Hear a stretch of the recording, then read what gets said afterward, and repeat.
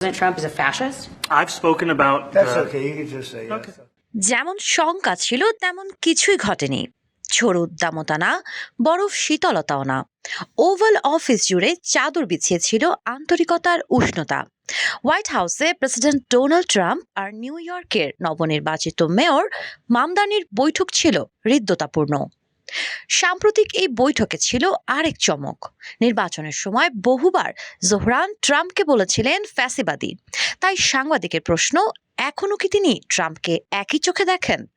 মামদানি উত্তর দিতে যাবেন ঠিক তখনই ট্রাম্প নিজেই হেসে বলে উঠলেন, ঠিক আছে, তুমি শুধু হ্যাঁ বলো, চাইলে আমাকে ফ্যাসিবাদী বলতে পারো, আমার আপত্তি নেই।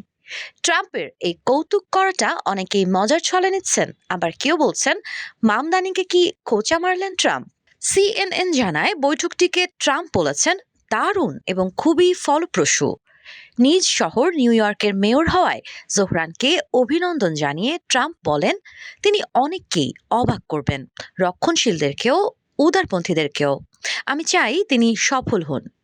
অর্থনীতি, আবাসন, খাদ্যের দাম এই সব নিয়েই তাদের দীর্ঘ আলোচনা হয়েছে।